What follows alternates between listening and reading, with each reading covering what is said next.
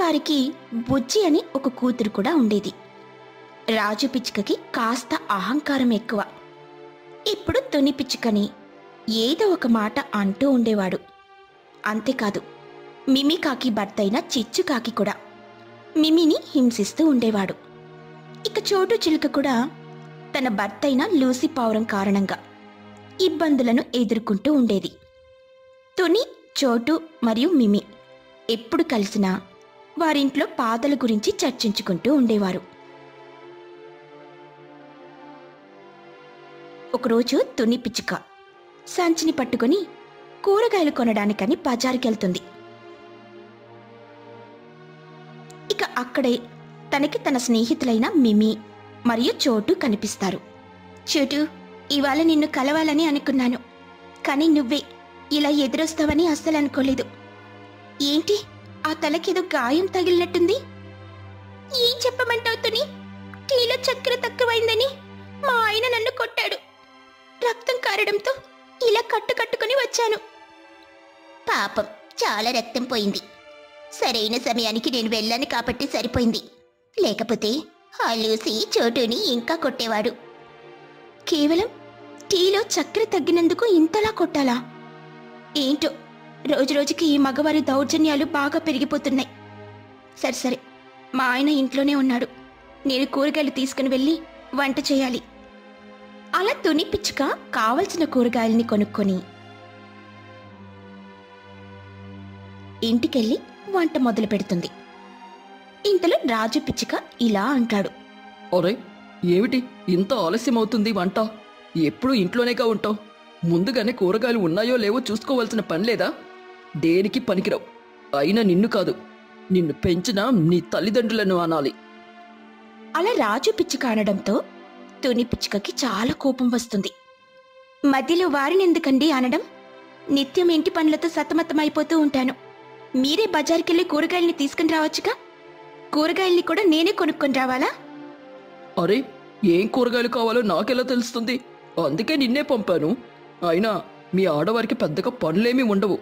ఒకసారి మాలో బయటకొచ్చి కష్టపడి చూడండి, మా కష్టమేమిటో తెలుస్తుంది. అలా రాజు పిచ్చుక ఆహారం కూడా తినకుండా బయటికెళ్ళిపోతాడు. ఇక చిచ్చుకాకి ఏమో మిమితో గొడవ పడతాడు. మీ ఫైల్ ఎక్కడుందో నాకు తెలియదండి. అసలు మీరు ఇంటికి తీసుకొని వచ్చారా, లేక ఆఫీస్లోనే విడిచిపెట్టారా? నాకేమీ నీలాగా మతి మరపలేదు. నేను ఫైల్ని ఇంటికి తీసుకుని రావడం నాకు బాగా గుర్తుంది. నువ్వెక్కడో దాచిపెట్టుంటావు, లేదా మర్చిపోయి ఉంటావు. నిన్ను పెళ్లి చేసుకున్నప్పటి నుండి నాకు ఇలా దరిద్రం పట్టింది అంటూ చిచ్చుకాకి చిరాకుగా ఆఫీస్కెళ్ళిపోతాడు. మిమికాకి బాధపడుతూ కూర్చుంటుంది. మిమికి చోటు ఎలా ఉందో చూడాలని అనిపిస్తుంది. మిమికాకి చోటు ఇంటికి వెళ్తుంది. అక్కడే తుని పిచ్చుక కూడా ఉంటుంది. చోటు, ఇప్పుడు నీ ఆరోగ్యం ఎలా ఉంది? అంతా బాగానే ఉందా? ఇవాళ శరీరానికి గాయం తగిలి రక్తం వచ్చింది కాబట్టి అందరికీ నేను బాధపడుతున్నానన్న విషయం తెలిసింది. కానీ ఎన్నో ఏళ్లుగా మనసుకయ్యే గాయాల గురించి ఎవరికి చెప్పుకోవాలి? రోజంతా ఎంతో కష్టపడి పని చేశాను, అయినా సరే నాకు ఏమాత్రం విలువ లేదు. నాది కూడా అదే పరిస్థితి. అన్ని పనులు నేనే చేసుకోవాలి. అలసిపోయి కూర్చుంటే కనీసం నీటిని అందించే వాళ్ళు కూడా లేరు. బుజ్జి ఏమో అచ్చం వారి నాన్నలాగానే తయారవుతుంది.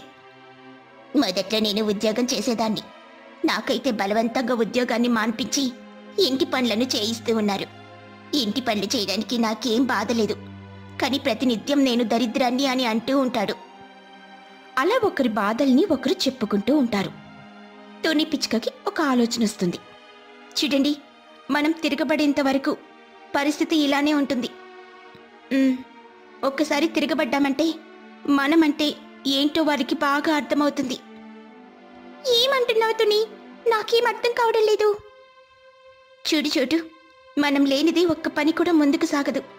అయినా సరే ఈ మగవాళ్ళు మనల్ని ఏదో ఒక మాట అంటూ ఉంటారు. రేపటి నుండి ఇంట్లో మనం ఏ ఒక్క పనిని ముట్టుకోవద్దు. వంట చేయడం నుండి పిల్లల్ని చూసుకోవడం దాకా ప్రతి పనిని వారికి అప్పగిచ్చేద్దాం. అప్పుడు వారికి మనం అంటే ఏంటో పూర్తిగా అర్థమవుతుంది. అలా తుని పిచ్చుక చెప్పిన ఉపాయం వాళ్ళకి ఎంతగానో నచ్చుతుంది. చోటు చిలుక మరియు మిమి కాకి కూడా అదే ఉపాయాన్ని వాళ్ళింట్లో పాటించాలని అనుకుంటారు. మరుసటి రోజు నుండి అనుకున్నట్టుగానే వాళ్ళు ఒక్క పనిని కూడా ముట్టుకోరు. అదేంటి కాళ్ళపై కాళ్ళు వేసుకుని దర్జాగా పేపర్ చదువుకుంటూ కూర్చున్నావు? అసలే నాకు ఆఫీస్కి టైం అవుతుంది. వెళ్ళి వంట మొదలుపెట్టు. అన్నట్టు నా బట్టలు ఇస్త్రీ చేశావా? బుజ్జిని నిద్రలేపావా? చూడండి, ఇవాటి నుండి నేను ఒక్క ఇంటి పనిని కూడా చేయను. మీరు ఎప్పుడు అంటూ ఉంటారుగా ఇంట్లో ఎప్పుడు ఖాళీగా ఉంటానని, అలాగే హాయిగా ఉంటానని. ఇంట్లో పనులన్నీ మీరే హాయిగా చేసుకోండి. ఇవాల్టి నుండి నేను మీలా దర్జాగా కూర్చుంటాను. అలా తుని పిచ్చుక చెప్పడంతో రాజు పిచ్చుక ఒక్కసారిగా ఆశ్చర్యపోతాడు. హా, సరే సరే, డబ్బుల్ని సంపాదించడం వచ్చిన వాడికి ఈ ఇంటిని సరిదిద్దడం ఒక లెక్క. చూస్తూ ఉండు, నీకంటే ఈ ఇంటిని నేనే బాగా చూసుకుంటాను అంటూ రాజు బుజ్జిని లేపడానికని తన గదిలోకి వెళ్తాడు. ఎంత లేపినా బుజ్జి మాత్రం నిద్రలేవదు. మరోవైపు వంట చేసుకోవాలని వంటగదిలోకి వెళ్తాడు. ఇక కూరగాయలన్నీ తరిగి వంట చేయడం మొదలు పెడతాడు. అతనికి ఉప్పు పప్పులు ఎక్కడున్నాయో ఎలా వెయ్యాలో కూడా తెలియదు.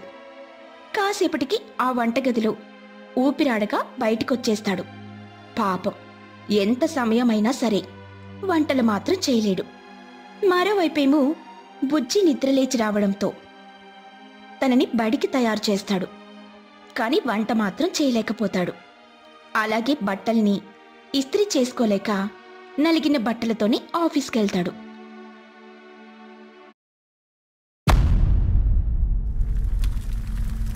ఆఫీస్లో కూర్చొని ఇబ్బంది పడుతూ ఉంటాడు. మరోవైపు చోటు చిలుక కూడా ఒక్క పని కూడా చేయకుండా విశ్రాంతి తీసుకుంటూ ఉంటుంది. లూసి పావురమేమో వంటగదిలోకెళ్ళి టీ పెట్టుకుని తాగుతాడు. తాను పెట్టిన టీ తనకి నచ్చదు. ఛీ, ఇంత దరిద్రమైన టీ నేనెప్పుడూ తాగనేలేదు. ఏది ఏమైనా చోటు పెట్టే టీనే బ్రహ్మాండంగా ఉండేది. అలా లూసి పావురం కూడా ఆకలితో తన పనికి వెళ్ళిపోతాడు. ఇక మిమ్మి కాకి కూడా ఏ పని ముట్టుకోకుండా హాయిగా విశ్రాంతి తీసుకుంటూ ఉండేది. నేను బడిలో ఫస్ట్ ర్యాంకర్ని. ఇక కళాశాలలో అయితే నన్ను ఓడించేవాడే లేడు. అలాంటి వాడికి వంటేవి పెద్ద పనేం కాదు అంటూ చిచ్చు కూడా వంటగదిలోకి వెళ్తాడు. పాపం, ఫస్ట్ ర్యాంక్ అయిన చిచ్చుకి లైటర్తో పొయ్యిని అంటించడం కూడా తెలీదు. ఆ పొయ్యిని అంటించలేక నానా తంటాలు పడుతూ ఉంటాడు. అలా ఆ రోజంతా ఆ మగవాళ్ళు చాలా ఇబ్బంది పడిపోతూ ఉంటారు. పాపం, రాజు పిచ్చుక రాత్రికి అలసిపోయి ఇంటికొస్తాడు. రోజంతా ఆహారం లేకపోవడంతో చాలా నీరసించిపోయి ఉంటాడు. ఒకవైపేమో బాస్ చివాట్లతో చిరాకుగా ఉంటాడు. తుని, నన్ను క్షమించు. ఒక్కరోజు నువ్వు విశ్రాంతి తీసుకునేసరికి నా రోజంతా సతమతమైపోయింది. ఇప్పుడు చెబుతున్నాను, డబ్బులు సంపాదించేవాడే కాదు, ఆ డబ్బుతో ఇంటిని నడిపే నువ్వే గొప్ప. మరోవైపు లూసి పావురం కూడా చోటు చిలుకకి క్షమాపణలు చెబుతాడు. ప్రతిరోజు నువ్వు పెట్టే టీలో ఎన్నో వంకల్ని పెట్టేవాడిని, కానీ ఇవాళ అర్థమైంది నీ టీ ఎంత బ్రహ్మాండంగా ఉంటుందో. నన్ను క్షమించు. ఇకపై నేను నిన్ను జాగ్రత్తగా చూసుకుంటాను. అలానే చిచ్చు కాకి కూడా మిమి కాకి క్షమాపణలు చెబుతాడు. నువ్వు నిజంగా చాలా గ్రేట్ మిమి. నువ్వు కూడా నాతో కలిసి చదువుకున్నావు. చదువుతో పాటు నువ్వు ఇంటి పనులను వంట పనులను కూడా హాయిగా చేయగలవు. కానీ నేను మాత్రం నా ఆఫీస్ పని తప్పితే ఏమీ చేయలేను. నన్ను క్షమించు. అలా ఆ ఊర్లోని మగవాళ్ళంతా ఆడవారే గొప్పని ఒప్పుకుంటారు. ఇక అప్పటి నుండి వాళ్ళకి గౌరవాన్ని ఇస్తూ బ్రతుకుతూ ఉంటారు.